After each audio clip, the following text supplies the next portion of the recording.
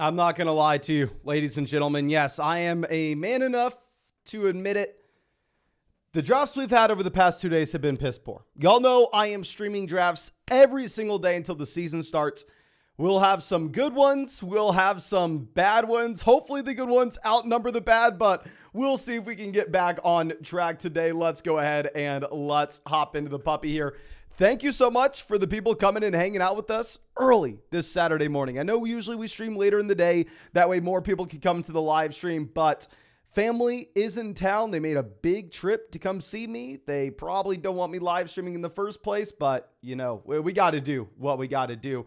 Someone has to put gas in the car. Someone has to put milk in the fridge. It will be a boy. And of course, we're doing so by grabbing the 101 here. I mean, dear God, at pick one, how many times?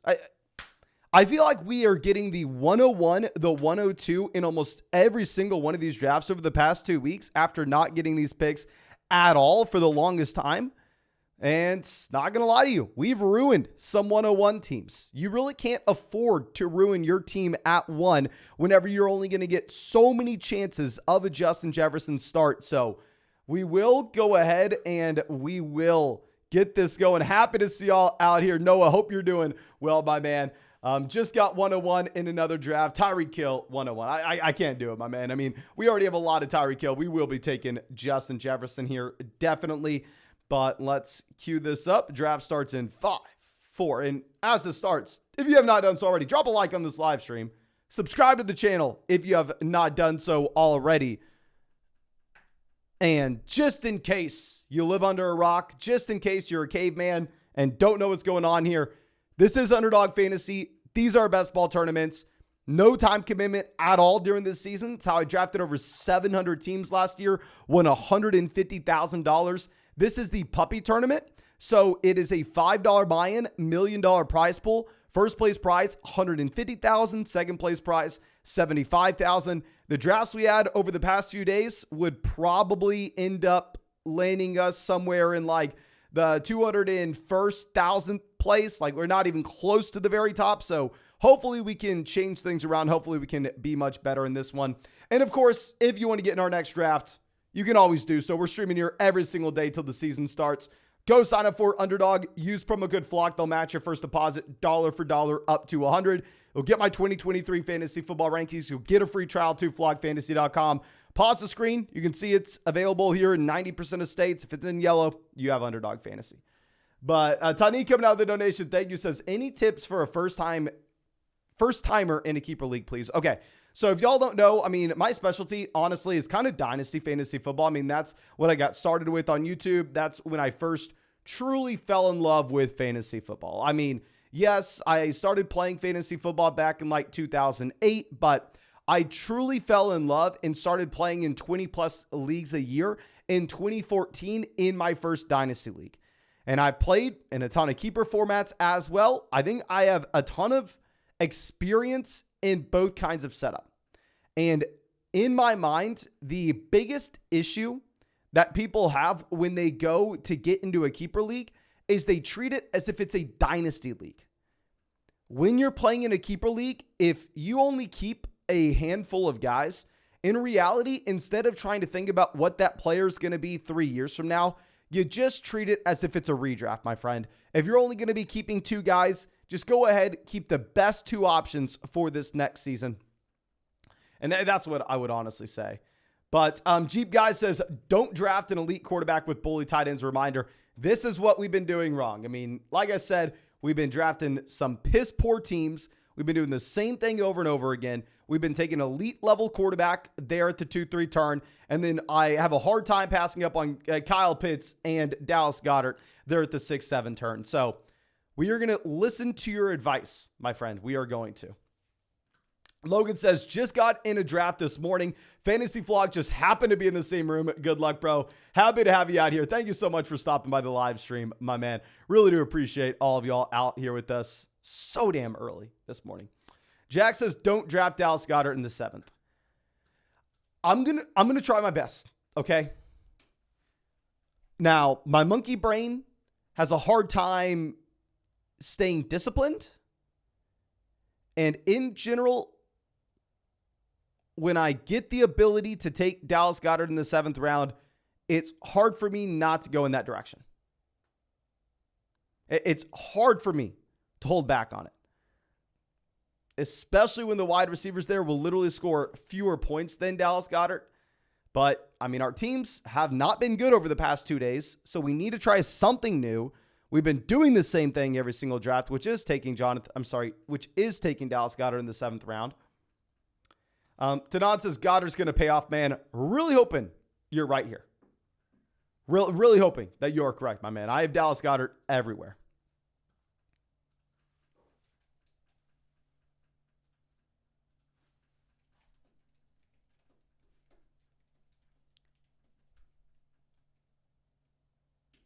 Okay, Higgins goes. So we are in an interesting spot where it's difficult to take wide receiver. And this is where you kind of find yourself in, right? This is why you kind of see me in a lot of these drafts going through and going, okay, I guess we're going to go with an elite level quarterback. I mean, am I really supposed to take, freaking DK Metcalf here?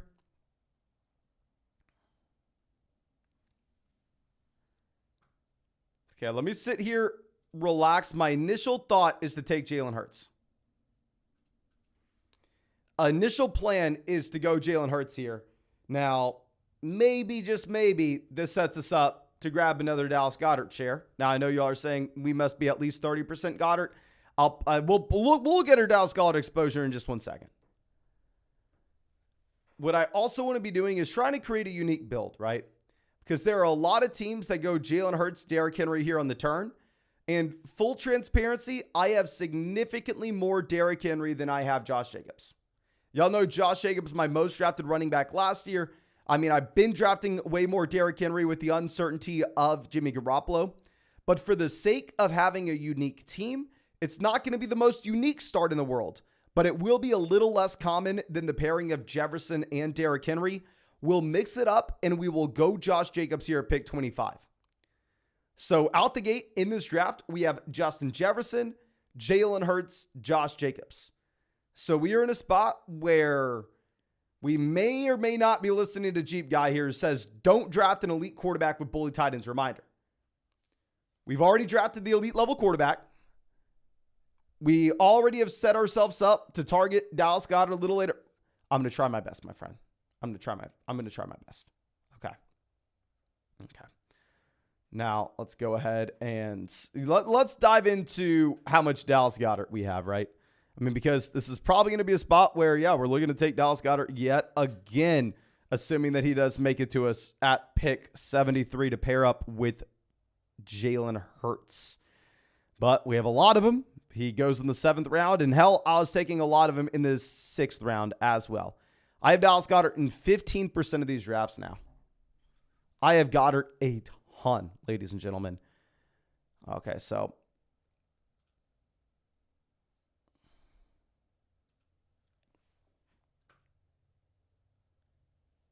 AJR says, you scared to draft with me. My man, I am the only person who's coming out here every single day until the season starts.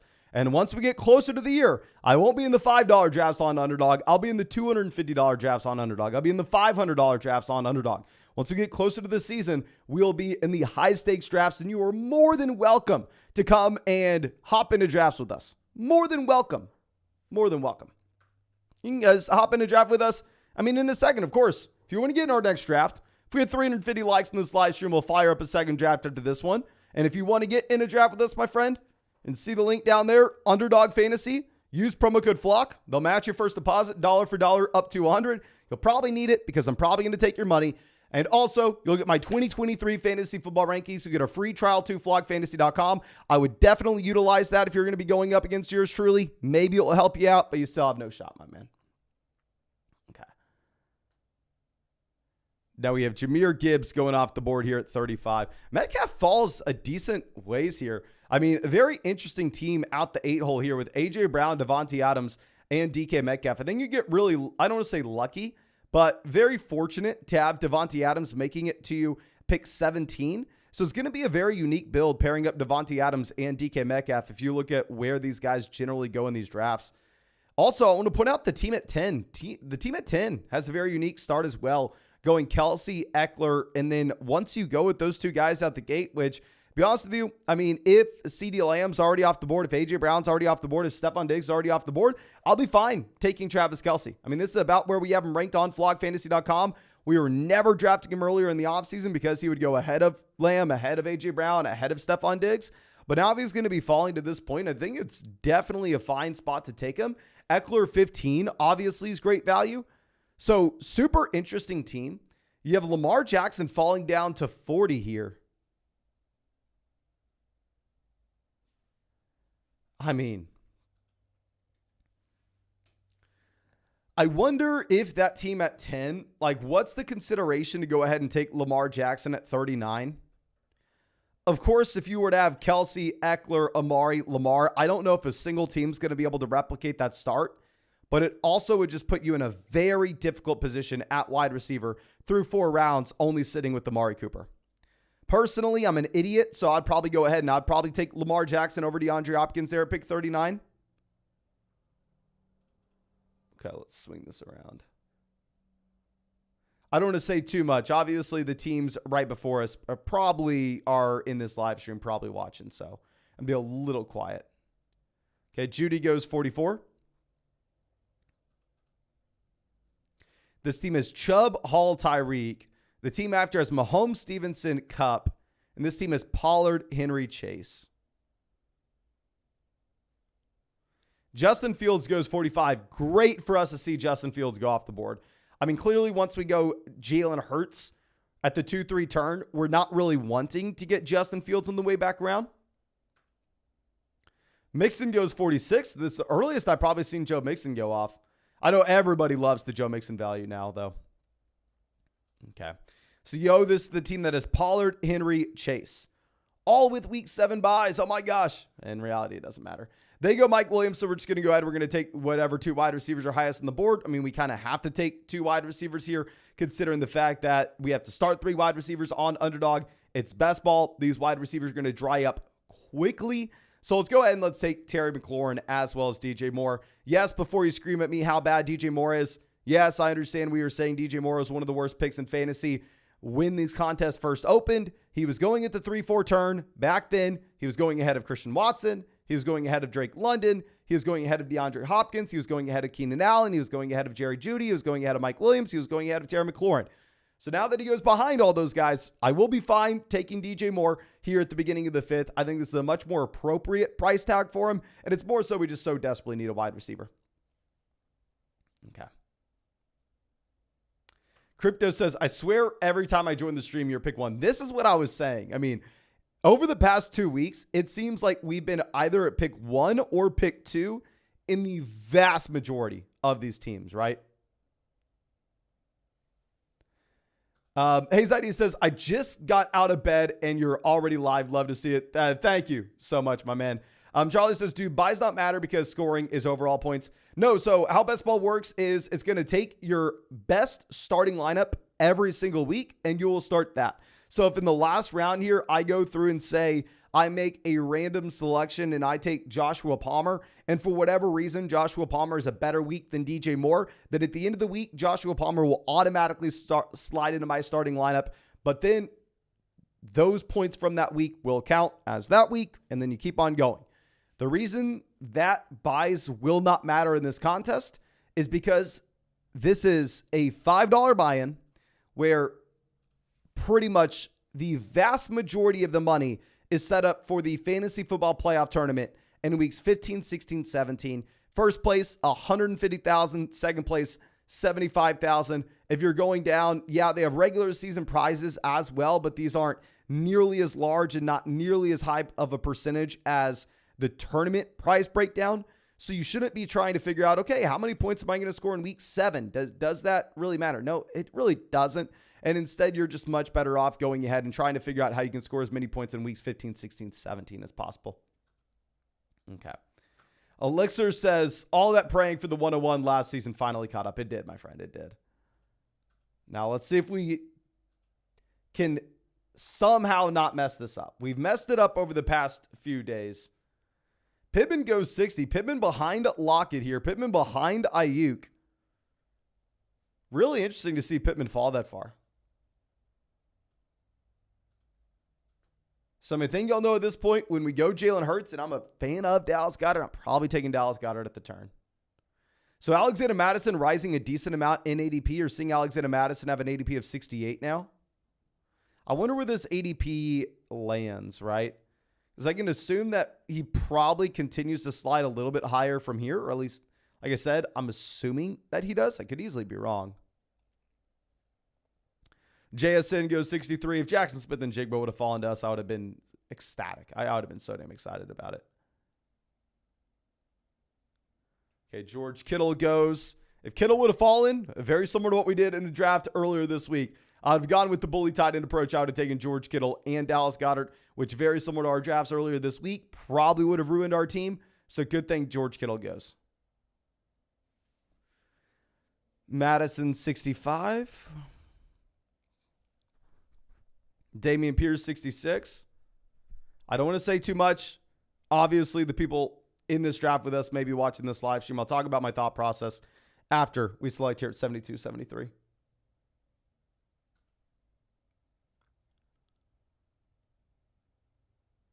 Ross says, I've had Jackson Smith and Jigba fall a lot lately.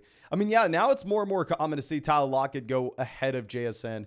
And if you're playing in like a private draft on Underdog, right, where it is just cumulative scoring, weeks 1 through 17, and you don't have the fantasy football playoff tournament at the very end, I'd be fine. Like, I'm not going to sit here and argue with someone if they really wanted to go ahead and take Tyler Lockett over Jackson Smith and Jigba. But in my mind, when we're trying to optimize for weeks 15, 16, 17 here, that's when I'm going to go ahead and I'm going to take JSN over Lockett in every single draft. Nick says, everyone quick, make him take Tony. I don't think that's going to be the case here, my friend. I do not think we're going to have to do that. Burks goes. Here's some possibilities. We could go with the double stack. We could pair up Deontay Pickens here at the turn. We could take Dallas Goedert to pair with Jalen Hurts. And we could even go Dallas Goedert and DeAndre Swift to get a potential Jalen Hurts double stack. So I think, honestly, Goddard's pretty much a lock here for us. And if we would have, say, taken DK Metcalf there in the third round, then at that point, I probably would go DeAndre Swift here at the turn. Let's look at the running backs versus wide receivers. Yeah, if you look at the running backs versus wide receivers that are going to be available to us on the way back around, I do not want to have to take wide receivers after this round. So for that reason, we'll go ahead and we will take Deontay Johnson. So honestly, this team seems balanced. Okay, this team's not as bad as the teams we drafted over the past 2 days.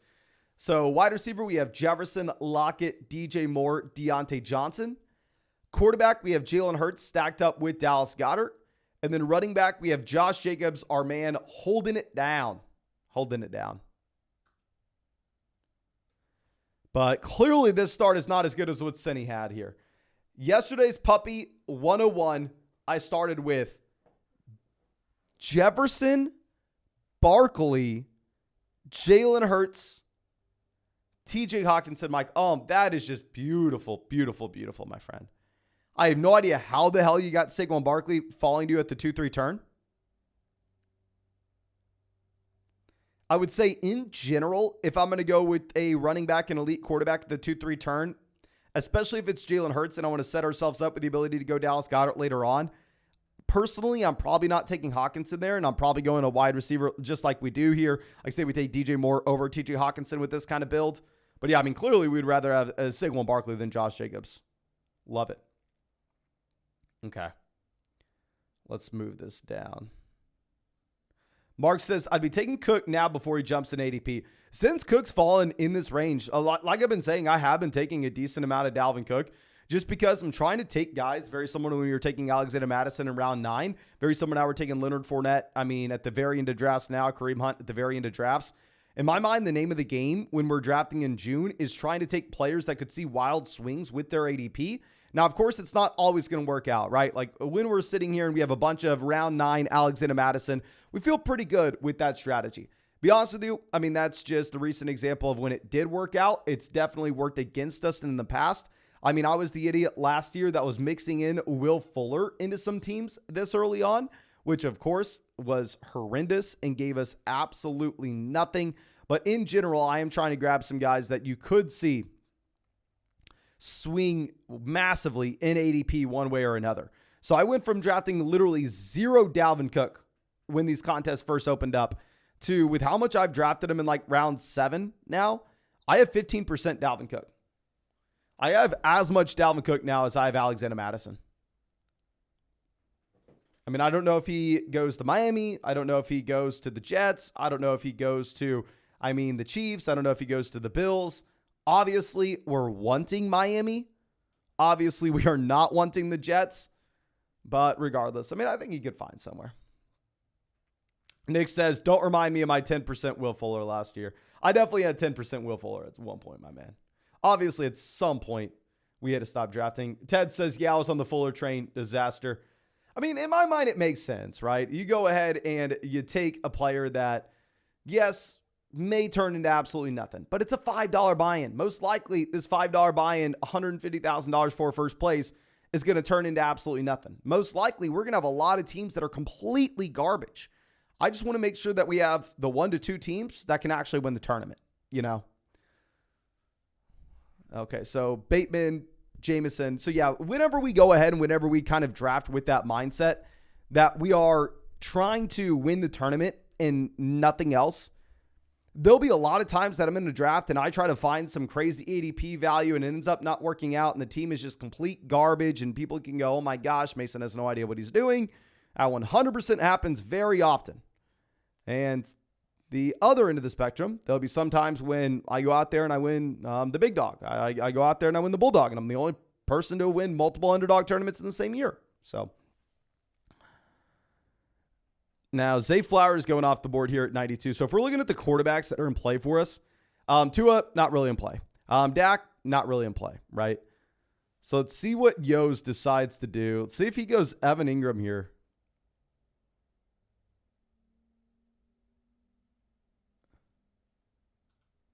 Anthony says, I love Hawkinson, but he's priced too high on Underdog. I stopped taking him at 5% exposure. It's just difficult to make a Hawkinson build work.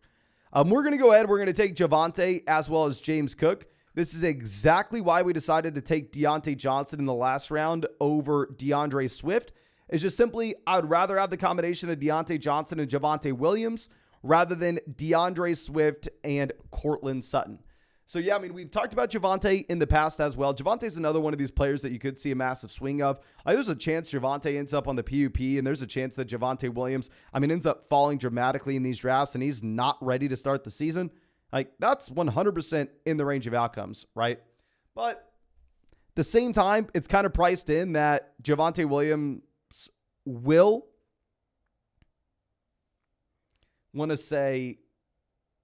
miss 6 weeks at this price. Realistically speaking here, if we're getting Javonte at pick 96 after Michael Thomas, Tyler Boyd, what are the expectations? If Javonte Williams somehow defied the odds and he was ready by week 1, this is arguably one of the best picks in the draft. So going back to what we're talking about with maybe taking a swing on Dalvin Cook in the middle rounds now, Javonte Williams specifically at pick 96, right? If it was a different price tag, I wouldn't be about it. But considering we're trying to optimize for weeks 15, 16, 17 in the fantasy football playoff tournaments, I think Javonte at 96 is probably a pretty good pick because he can be healthy by the time he gets to weeks 15, 16, 17. And also, this is a player that could see a massive swing in value one way or another. I don't expect Tyler Boyd here at 93 to be either winning or losing your league for you. Javonte Williams could win or lose your league for you. And that's what I'm trying to go ahead and do here. Okay.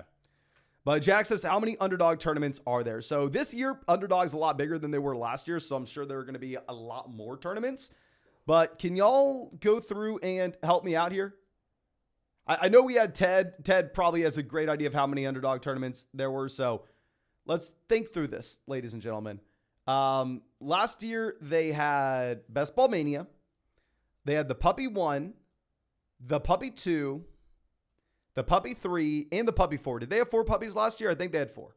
So it's 5 tournaments. They had the Big Dog, which is the one that we won. They had the Bulldog. They had the Bulldog 2. They had the Pomeranian. Definitely a Pomeranian 2. They had a Puppy But Superflex. Maybe a Puppy But Superflex 2. I want to say they had about 12 to 13 tournaments, right? I think Underdog had 12 to 13 tournaments last year, and we won 2 of them. Yeah. So I was saying, we're going to draft very bad teams that you'll see over the past 2 days. But we're trying to swing for the highest ceiling possible. Okay. Tiger says, how much sense does it make to stack a running back with a rushing quarterback? So we've done the historical analysis with that. Not a lot, right? Because with those rushing QBs, you are at the end of the day going to be seeing their spikes coming from rushing touchdowns as well, which obviously won't benefit the running back in that instance. It does come down to the prototype of the running back, of course. I mean, if you're looking at a running back that is going to be like Damian Harris with Josh Allen, if Damian Harris is going to be good in fantasy football, it'll have to be with his rushing touchdowns, right? So it probably doesn't make a lot of sense to pair up Damian Harris with Josh Allen.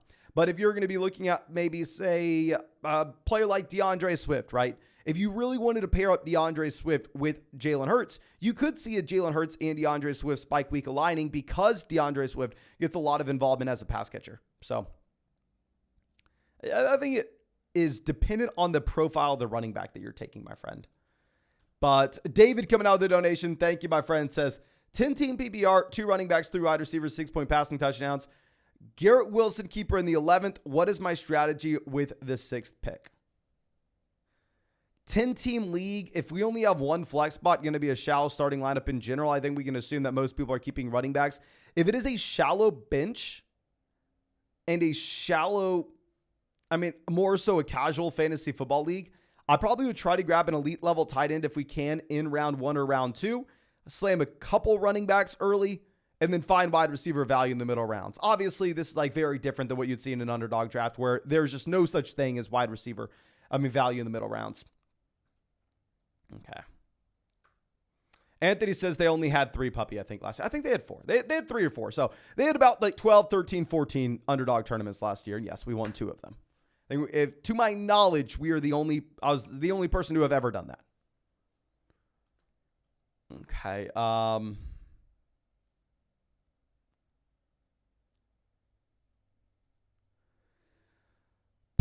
I don't know. I honestly may go to Von Achane as well as Khalil Herbert.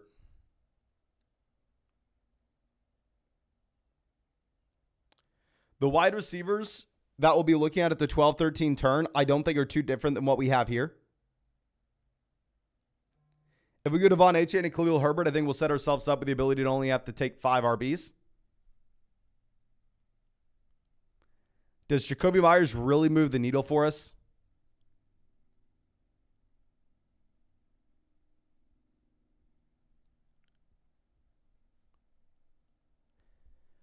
I'm sorry. We'll take Myers. F it. He has a higher ADP. Let's stay balanced. A wide receiver may get away from us. We have Jacobs. Maybe we can make an argument that we're getting some kind of correlating bet here with a combination of Jacobs and Myers. So it is what it is. NBF says Dalvin goes to Miami. This is why I have not really drafted any Miami Dolphins running backs. Yes, we're taking Von Achane here now that he's fallen considerably compared to where he was going previously because more and more people are starting to think this. But if I look up the amount of leagues that I have these guys in, I have Von Achane in 6% of these drafts. I have Jeff Wilson in 3% of these drafts. And I have Mostert in 5% of these drafts. So I'm underweight on every Miami running back. I've been taking them more lately given the discount. So, if you were looking at where we were about a week or 2 ago on them, we are severely underweight. So we'll take him at 120. I don't really know what to think about it. It is what it is. Maybe Dalvin doesn't go to Miami. Okay. Nick says, yeah, come on, guys. Let's hit that 350 like goal for another draft. Yes, if you have not done so already, go down there and hit that like button. And, of course, if you want to get in our next draft, Underdog Fantasy, promo code FLOCK, 100% deposit match. Available in damn near every state. Promo code FLOCK. You will also get our 2023 fantasy football rankings. Free trial at theflockfantasy.com. We're doing these drafts literally every single day. Real quick side note as well. I know 99% of y'all are already on Underdog, so I do want to bring this up. And I just want to give a warning out there. If you are not familiar with player props, when you look at these, I understand. You're going to go, oh my gosh, how the hell does Underdog have Aaron Rodgers only at 4,000 passing yards? He's easily going to get there. Or, Deshaun Watson's easily going to get to 3,600 passing yards. Be very hesitant on taking the higher. More times than not, you want to be taking the lower because if something random happens, if they miss 3 to 4 weeks, it's going to be very hard for them to hit their projections. Especially as you get over to the running backs. Dobbins is probably going to hit 880 rushing yards if he stays healthy 17 weeks. But if he doesn't, I don't know. So just be a little careful for that, ladies and gentlemen. Let's get back to this draft. Okay. So let's move this down. So we have at quarterback, Jared Goff. Goff doesn't really make sense for us. Now, of course, if Goff were to fall like pick 144, 145, maybe we even consider taking an unstacked Jared Goff. Russell Wilson, we could take Marvin Mims. We could take Tim Patrick. We could take Greg Dulcich. Derek Carr, we don't have anybody in New Orleans. Love, we don't have any Packers. So, quarterback doesn't really look like it's a massive need for us right now, and we could always go Lance in round 17. Vincino says, whoa, I'm in here by complete coincidence. I'm Dong Bob. Oh, crazy, my man. It seems like that happens more and more. Let me go ahead and pull this up. Okay. Let's see. Where are you at here, my friend? I don't see you in our draft. Oh, no, you're at 10. Oh, okay. This is the team that we were looking at earlier that had the super interesting start of Kelsey, Eckler, Amari. I was wondering earlier if you were thinking in the back of your mind of possibly going ahead and taking Lamar Jackson at 40. I don't know what the right answer is here. I don't know if you would rather have an unstacked Lamar Jackson and then say Michael Pittman at pick 58 or Justin Herbert, DeAndre Hopkins while having Herbert paired up with Eckler. That's the only real thing that I think is in consideration there when you're at 10. Outside of that, it's a phenomenal draft. And you're just letting value fall to you over and over and over again. But it is a little interesting, I think, the split between Hopkins, Lamar, Herbert, Pittman, and what makes the most sense there. I don't know the right answer. Sutton going off the board here at 111. Yeah, super interesting team.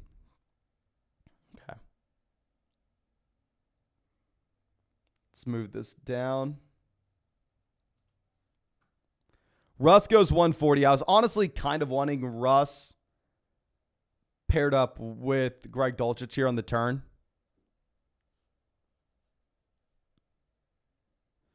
These teams may not be able to take Goff. Yeah, so this team has Mahomes, Daniel Jones. This team has Dak and Geno.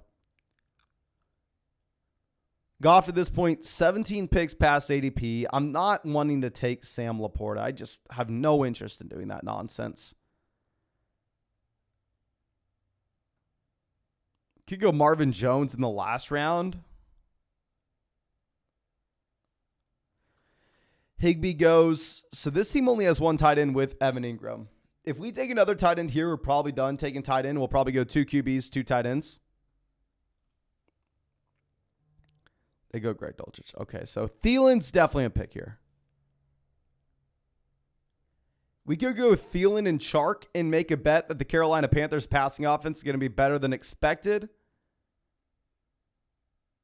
But we actually have Cole Kmet as well. So maybe, we have Kmet as an option. We have DJ Moore. Maybe we can make a bet that the Bears passing offense will be better than expected. If we take Kmet, we'll probably be done at drafting 2 tight ends. So yeah, we'll go ahead and we'll do that. We'll take Cole Kmet here. Okay.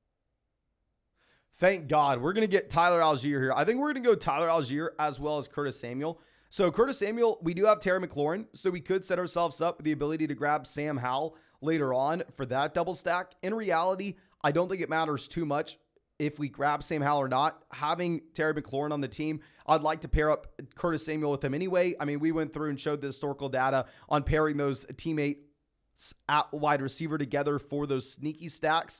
And I mean, this can work out a multitude of different ways, right? If you have Terry McLaurin and Curtis Samuel, if you end up getting an injury to Jahan Dotson, then this probably works out and you probably have value on both McLaurin as well as Samuel. If you end up in a spot where maybe the Washington defense is worse than expected and they have to throw more than expected, then yeah, you probably make a profitable pick here. Or if Sam Howell is better than people expect, then yeah, and maybe this is going to help us hit on both guys. There are a multitude of different reasons why going through and like pairing up the wide receiver 1 in an offense and the wide receiver 3 in an offense in a best ball tournament in particular is a good idea, but I think it's an easy spot. We need another wide receiver, and Curtis Samuel is, in my mind, a good value here in round 15. And he fits the roster, so I like it. But Caesar says, doesn't look like we're hitting 350 likes. Might be too early of it. We have over 350 people watching right now. I have faith. I think we're hitting 350. I think we're hitting 350 likes. Ross Gred says, I think Tyler Algier gets used more than people expect. Honestly, I think that Tyler Algier gets used as well. I mean, the interesting thing with Tyler Algier, of course, is the handcuff appeal, but I think almost it's a tiny bit of a similar situation to what you have with Elijah Mitchell, where I'm fine going through and drafting Elijah Mitchell and saying maybe there are 1 to 2 random weeks where he actually is popping off, right? I mean, maybe there are 1 to 2 weeks where Tyler Algier breaks off a long run or just has a random rushing touchdown or two, and then all of a sudden he goes into your starting lineup, but you also get the handcuff appeal. Pick 168, I'm all about Tyler Algier. Okay. Tyler says, drop a like. Jack says, hit the like. Yes, hit that like button. Shakir off the board, 179. So at this point, I mean, I think that we are definitely taking one more quarterback at the minimum.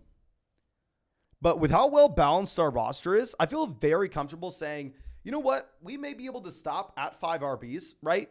We may be able to stop with just Josh Jacobs, Javonte Williams, James Cook, Devon Achane, and Tyler Algier. But if we want to draft a 6th guy, we can. Tight end, we have Dallas Goedert, Cole Kmet. I'm fine stopping there, but if we want to draft a 3rd, we can. Wide receiver, we have Jefferson, McLaurin, DJ Moore, Deontay Johnson, Jacoby Myers, Adam Thielen, Curtis Samuel. We're probably going to be drafting one more wide receiver at the minimum. I think what we do is we probably draft one more wide receiver, one more running back, and use that last pick. I'm sorry, no, we have to draft one quarterback, one wide receiver, and use that last pick going through and deciding between an extra running back or an extra tight ends. Okay, so let's move this down. Brock Purdy off the board here, 184. If Jeff Wilson falls to us, like I said, with the threat that Dalvin Cook goes over, since we drafted Devon Achane here behind ADP, maybe it makes a little sense to go through and take another Miami running back and say, okay, well, maybe, just maybe, this is the draft where if Dalvin doesn't sign, we're strong. We're going to have to do it, ladies and gentlemen. You know it. You know we're going to have to do it. Don't get mad at me. Don't call me a mean name. But we're doing it.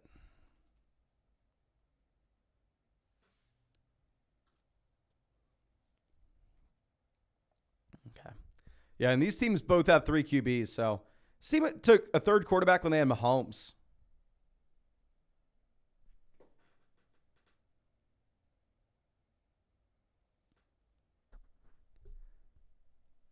Okay.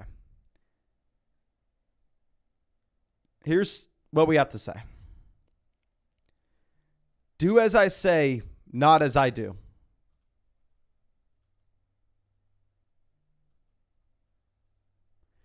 Do as I say, not as I do, ladies and gentlemen. Sam Howell is the correct pick. There's no bueno news coming out about Trey Lance. We have Terry McLaurin. We have Curtis Samuel. But if I were to be seen on a live stream drafting Sam Howell over Trey Lance, I would never be able to live with myself. We have to go ahead. We have to take Lance. If you had this team, you should probably take Sam Howell. But I'm taking someone that I think, if he is the starting quarterback for the 49ers this next season, he can easily be a top 10 guy in fantasy. So we are going to pretend like nothing's happening, and we are going to take him here like an idiot. But JJ coming out with the donation. Thank you, my friend. Says, Dynasty trade Bijan and 2 mid to late first round picks, or Garrett Wilson, Burrow, Dalton Kincaid in a 1 quarterback league. Okay. 1 QB league, I'd rather have Bijan Robinson over Garrett Wilson. I'd probably rather have the 2 first round picks. Give me Bijan and the 2 first round picks. To be honest with you, I mean, Kincaid's not really moving the needle for me. I generally am not wanting to trade for rookie tight ends. Historically speaking, it's been a very bad bet in Dynasty. In my mind, Bijan Robinson is a tier ahead of Garrett Wilson. I don't think they're really comparable. And Burrow is not worth that much in a 1 quarterback format. If it was super flex, obviously we go with the Burrow side. 1 QB, give me Bijan. Jason says, is the best build 2 quarterbacks, 6 running backs, 7 wide receivers, and 2 tight ends. So generally, if you were to go about this build, you would have, 1 extra roster spot. So you could go through and you could take either 3 QBs or 3 tight ends. So historically speaking, the best build has actually been a 5 running back approach. If you were looking at trying to get to the final week and have access to massive spikes in the fantasy football playoff tournament. If you were trying to have the highest median projection through the course of the entire season, a 6 running back approach will be how you want to take it. Now, of course, just because what worked last year does not mean that's what's going to work this year. This is something that I think people have a very bad understanding of when it comes to fantasy football, is thinking that the strategy that worked the year prior is going to work this next season. And if you do anything else, you're an idiot. Now, yes, it's very important to understand what worked last year, what worked the year before, but it's also very important to understand that it's a completely different slate with a completely different set of ADP, and now positions are valued entirely different. So, last year, a 5 RB approach was the way to go about it. You wanted as many wide receivers as possible. I would say in general, when we're looking at the wide receivers maybe being a little bit more overvalued, while we would have stopped with 5 running backs with this team maybe a year ago or 2 years ago, right? At this point, I'm fine going through and taking Leonard Fournette over the wide receivers in this range. I'm fine taking that swing, saying maybe he just has a higher ceiling for us in general. Okay. So Allen Robinson off the board here, 209. We probably want to be taking another wide receiver.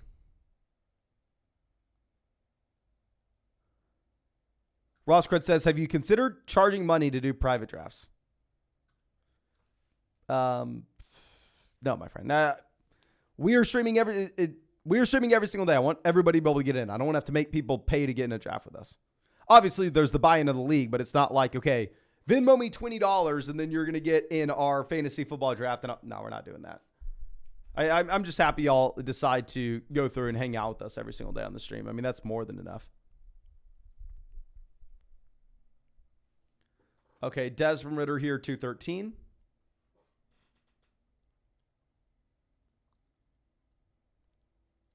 I don't know what the right call is with this last pick.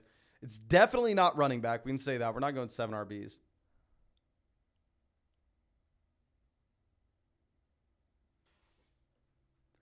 Dre says, ETR was breaking down a 4 tight end build in the last 5 rounds, had a 22% advance rate, and 3 tight ends in the last 3 rounds had a 19% advance rate.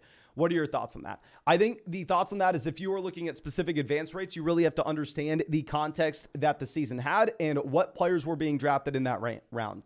So very similar is everybody is saying, okay, 2 quarterback builds are the way you have to go about it. I mean, if you look at advance rates for teams that had 2 quarterback builds, they were significantly better than 3 quarterback builds a year ago. The reason for that is if you had a 2 quarterback build, that means you most likely drafted Patrick Mahomes in round 5. That means you most likely drafted Jalen Hurts in round 5 or 6. And yeah, of course, your advance rate is going to be significantly higher. Now, is that to say that you're going to have those same league-winning players coming from that same prototype a year now? No, that's not to say that at all. So in general, I mean, I don't necessarily think that it is something I am trying to do, even if it had a correct advance rate last year. I'll go through and dive into this a little bit more in depth, but this is going back to what we were talking about previously, where it's important to understand what worked a year ago, but it's also important to understand why it worked and why it's not necessarily set up to be something you want to do this next season. Like I said, last year, 2 quarterback builds were all about it. That's what you wanted because you were getting Mahomes in round 5. You were getting Jalen Hurts in round 6 or round 5. So if you had a 2 quarterback build, then you were printing money. This year, when Jalen Hurts, Josh Allen, Patrick Mahomes go with the 2-3 turn, are we sure that those 2 quarterback builds are going to be the profitable builds? Or maybe is it the 3 QB builds where you're grabbing quarterbacks a little later? We don't know. It's up to your best judgment. Of course, it's important to understand what worked a year ago, but it's also important to understand why it worked. And a big part of that is going to be finding league-winning players from that range. So it's way more nuanced, right, than saying this worked last year, this is what we do this year. And if it was that easy, then everybody could do it, right? If it was that easy, everybody would just come in and have robots drafting these teams. But again, thank you so much, ladies and gentlemen, for hanging out with us in the live stream this morning. Really hope you enjoyed yourself.